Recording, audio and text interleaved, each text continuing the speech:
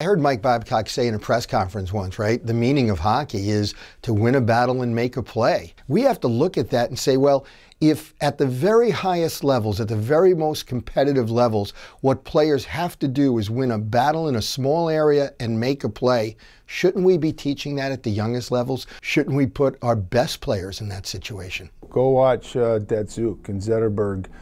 Go watch the Red Wings play. Go watch how these players have to make plays in small spaces to become world class as they are. So there may be a perception that doing cross-ice activities is for the average or below average player. Quite the contrary. It helps the very best players become even better.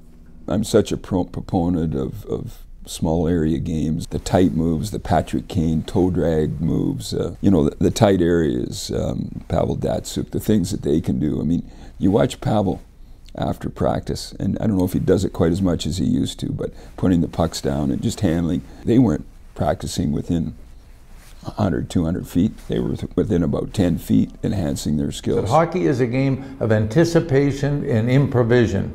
You're always anticipating what's going to happen, and then you have to improvise because it's not always perfect. And the more you get into cross-ice hockey and small area games, and we do them cross-ice, we do them in neutral zone, we've got about 10 different cross or small area games that we use with our team. I want to see my grandkids in the same scenario, and they're doing it more, and you can see the improvement in them.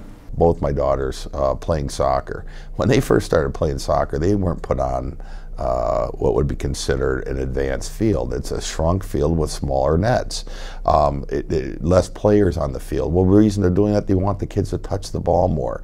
I watch young kids play baseball. I remember myself, they're not playing on a regulation diamond. The mound's moved up, the bases are shorter, and things need to be done at an appropriate size. And to have a full sheet of ice to try to develop skills in young kids, you're actually, it's working, it's counterintuitive. I think the player that can go from one end to the other, because there's a lot of open ice out there, Maine to Maui as we call it, so they can carry it Maine to Maui to the other end of the rink.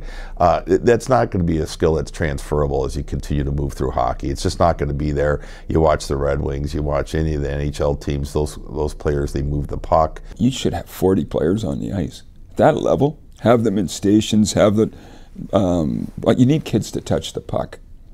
You need kids to be in tight areas where they're having to use the skills that are being emphasized by their coaches. So any coach or parent that says that you can only learn the game and develop when you've got the full ice, I think that's wrong.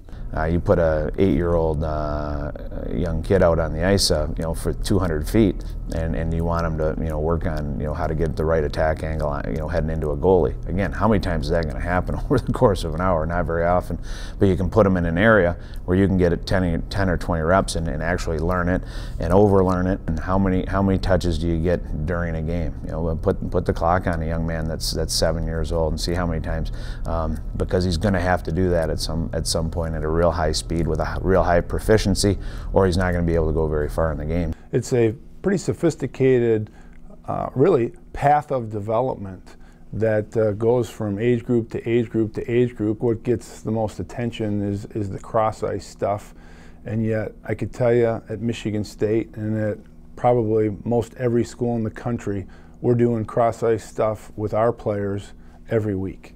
And I think it's a great benefit to the kids in their age group. The American development model is something that's been established to enhance the overall skill level of hockey here in the United States, and working on the fundamentals of the game when you talk about cross-ice practices and more players on the ice and more puck touches, and making sure that you're emphasizing the technical more than the tactical in practice. I mean, that's the essence of the game. I like the ADM model. I like the development on small games and lots of kids on the ice and getting to handle the puck more and to play small games and have fun.